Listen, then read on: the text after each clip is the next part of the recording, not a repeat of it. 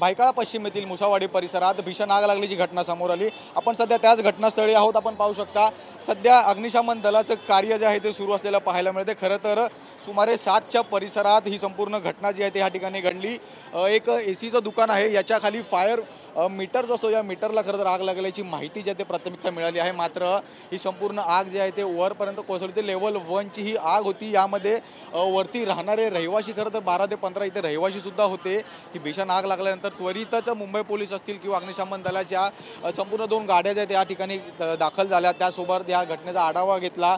यानंतर अग्निशमन दलाला याच ठिकाणी राहिलेल्या 12 ते 15 रहिवाशांना सुखरूप वाचवण्यामध्ये यश मिळालं। याच नंतर संपूर्ण आगीवरती सुद्धा नियंत्रण जे आहे ते मिळवलेलं आपल्याला पाहायला मिळत आहे। आता सुद्धा आपण पाहू शकता याच संपूर्ण आगीच्या घटनेमध्ये फायर ब्रिगेडच्या रक्षकांना जे आहे ते गॅसचे सिलेंडर जे आहे ते पडलेले आपल्याला पाहायला मिळते। खरं यांचाच स्फोट होऊन संपूर्ण ही आग लागल्याची माहिती जी आहे ते आतापर्यंत तरी समोर येत आहे। पण आपण जर पाहिलं तर अजून सुद्धा अग्निशमन दलाच्या रक्षकांकडून या संपूर्ण घटनेचा आढावा जो आहे तो अजूनही सुरू आहे।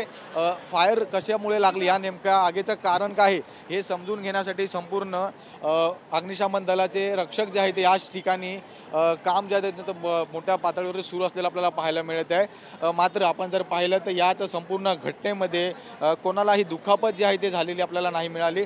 संपूर्ण 12 रहिवासी जे ते या ठिकाणी होते, या संपूर्ण रहिवाशांना अग्निशमन दलाकडनं जे आहे ते सुरक्षित जे आहे ते सुखरूपपणे बाहेर काढण्यात आले। मात्र आता या संपूर्ण आगीचं कारण काय आहे अद्याप स्पष्ट झालेलं नाही। आता याच संपूर्ण कारण काय आहे अग्निशमन दलाकडनं या संपूर्ण गोष्टीचा आढावा जो आहे तो घेताना आपल्याला पाहायला मिळत आहे।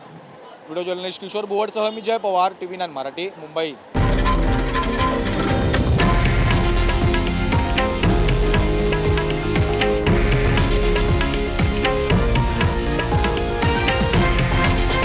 हे आहे देशातील नंबर 1 न्यूज नेटवर्क आणि आपण पाहत आहात TV9 मराठी, एकमेव।